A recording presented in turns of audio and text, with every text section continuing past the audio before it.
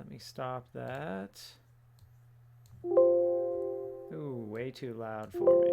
You can see every time I'm starting something, stop that I've got to make sure that all my music and everything is working, like my sound, everything. Just got to make sure it's all working. Okay, so all set up. Finally, everything's good to go.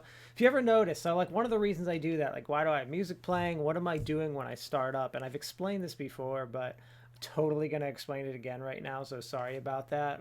Basically what I'm doing is I can't test that everything's working until you go live. I mean, that's when you test it. So you'll notice, like, if you ever listen to like a radio show, like I listen to Howard Stern, like the first 5 minutes or 10 minutes of his show, you just hear some music playing and he's kind of talking. And while he's talking, everyone else is kind of checking, like, yeah, this is working. Yeah, this is working. Yeah, this is working. Like, are the phones working? Is the sound working? For me, it's a little simpler. I'm checking, is my mic working? Is streaming working? Basically, is everything working? Okay, so what I want to talk about today, a couple different topics, a few things have been happening. So first of all, like work-wise, I'm super, super, super busy. So usually like I'm not as extremely busy, but today I happen to be. I'm actually going to be really busy for the next month. I'm going to be like crazy busy. So I'm going to have all my live streams still, but my YouTube videos will definitely slow down a bit. Then they'll pick up in December, back to my normal like 5 a week or whatever I usually create. You know, I create a bunch of them, and I'll still be creating a few a week, just not as much. Okay. Few different topics I want to talk about today. I want to talk about, one, Amazon reviews. I want to talk about creating your own YouTube channel or podcast. I've created some videos about this, but I want to talk about it. And two, I want to talk about writing objectives for like anything, instructional design, for a proposal, business plan, anything. I want to talk about writing objectives. Okay, so let's see here. Okay, first thing I want to do is I want to actually go onto the web. I'm going to pull something up for you.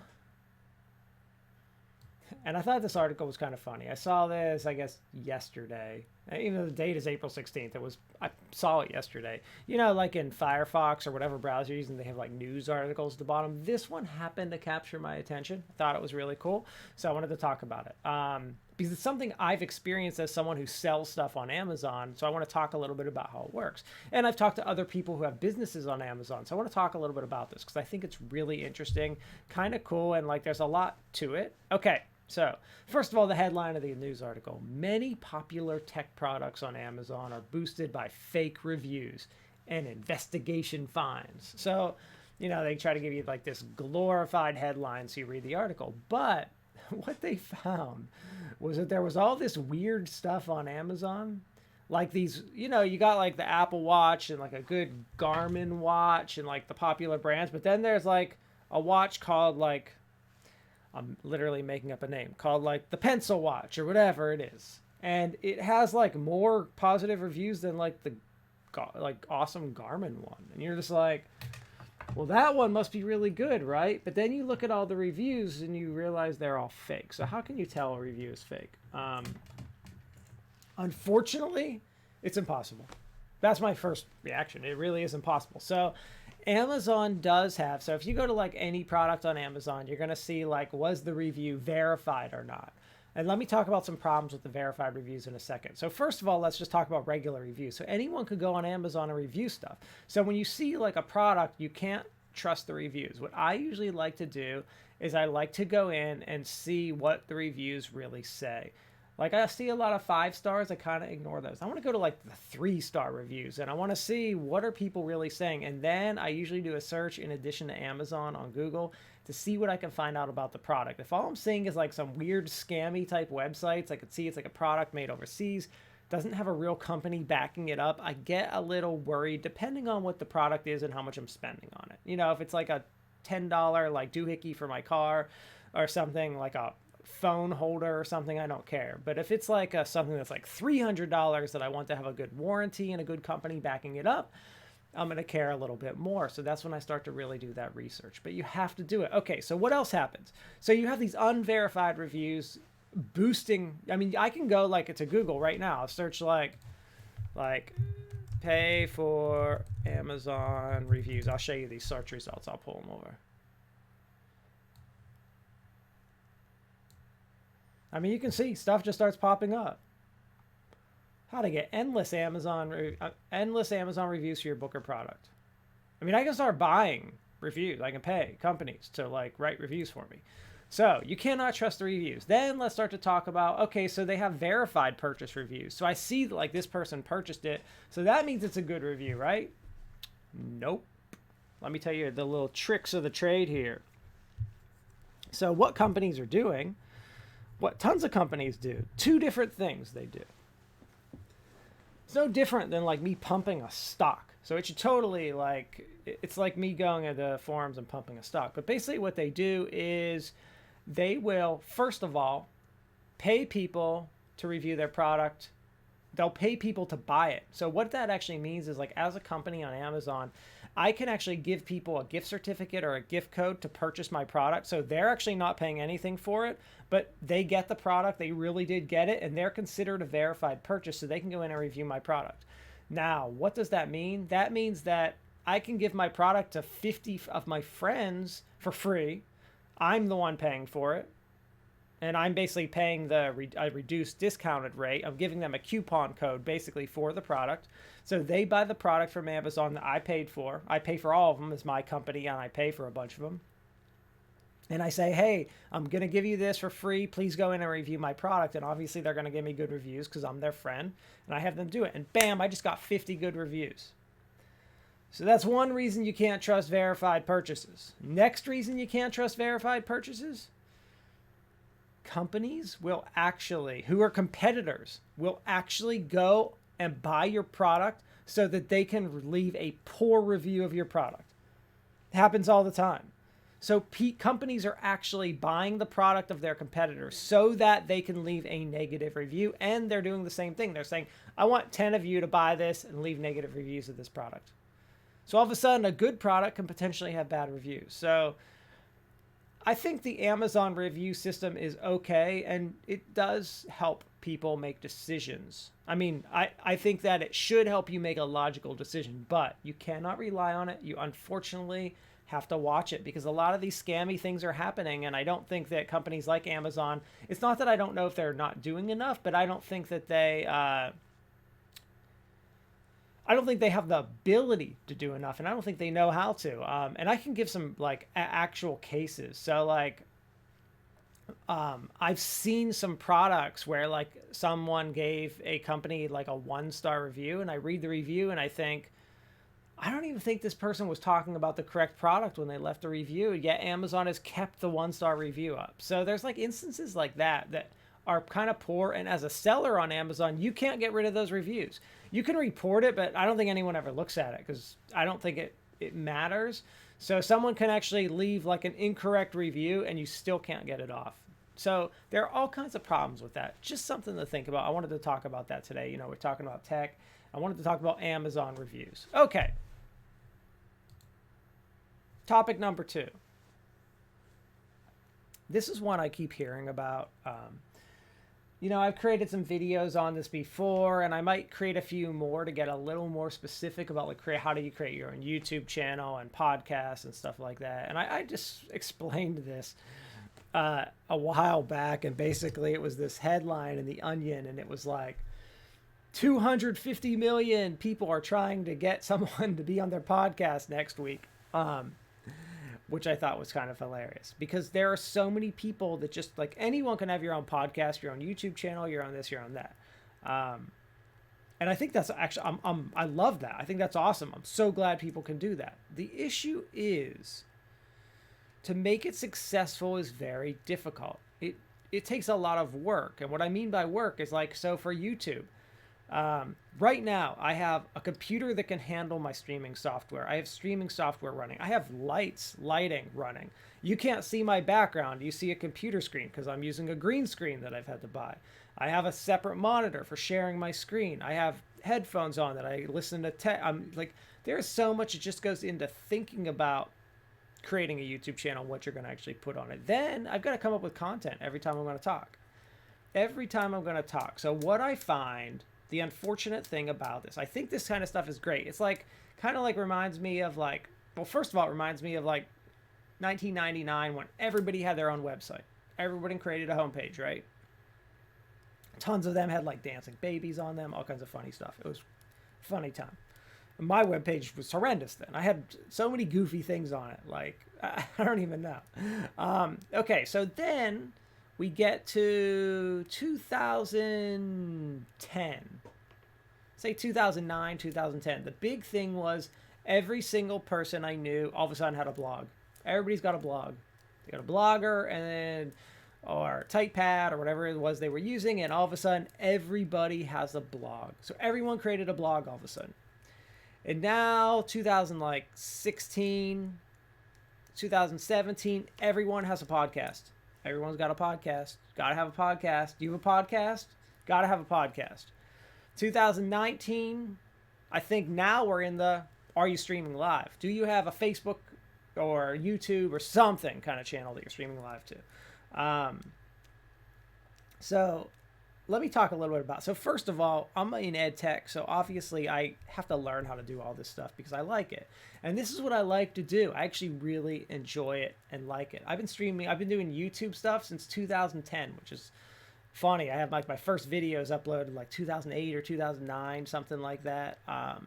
So I've been doing this I've been streaming. I haven't been streaming necessarily, but I've been creating YouTube videos and just learning about the tech and doing it. But one of the things I've learned through all of this, after watching hundreds and hundreds, probably thousands of people create their own websites, blogs, podcasts, YouTube channels, is that they usually have a very excellent idea. I love their idea. I love the motivation. I love seeing people motivated, want to start something, want to do something. But what I find is that they have this motivation.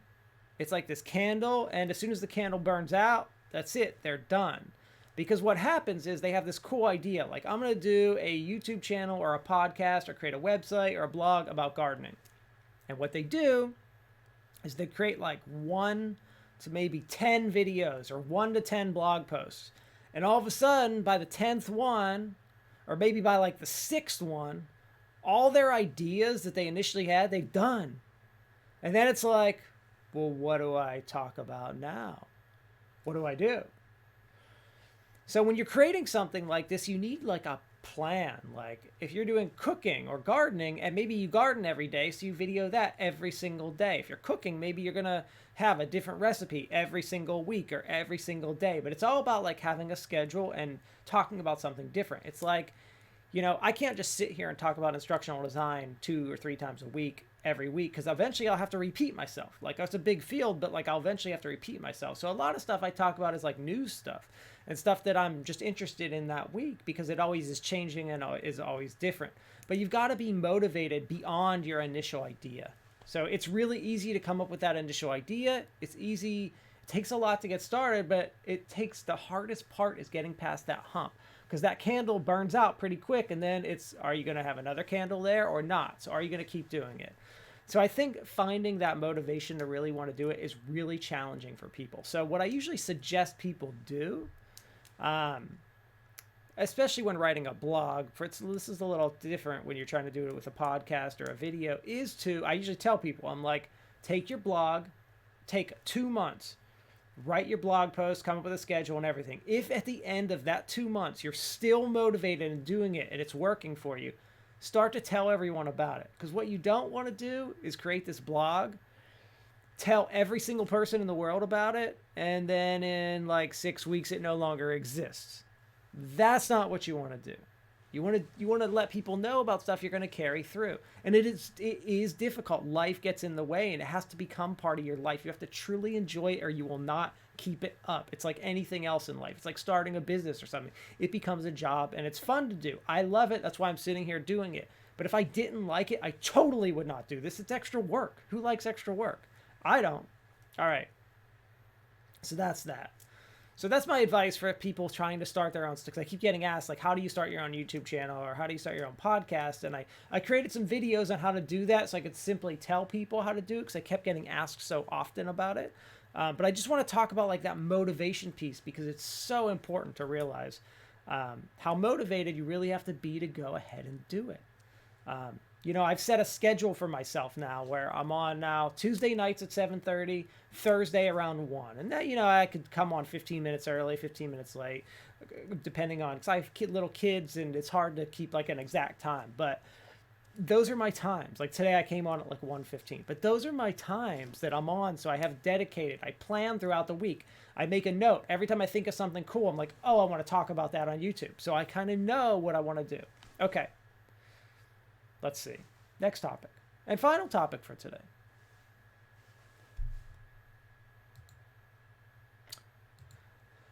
And this one starts to get into instructional design a little bit. And I don't need this up anymore, so let's minimize. This one starts to get into instructional design a little bit. So I had my students, I had them develop some proposals for me over the last 2 weeks. In both of my classes that I'm teaching right now, they develop proposals for me for their projects. And I had them write objectives as part of their proposal. Now, as an instructional designer, you need to be able to write very clear, measurable objectives. And this is important for anyone in business, anyone writing any kind of proposal, a business plan, anything like that.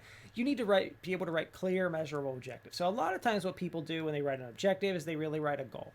Like, my goal is how to fly a plane. Like, the learner or the whoever, like, learners will be able to fly a plane.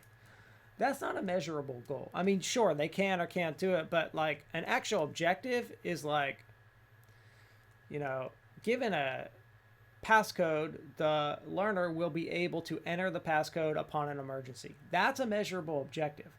The goal is that they can fly a plane, but then there's all these little objectives that go along into that goal, right? Okay. So,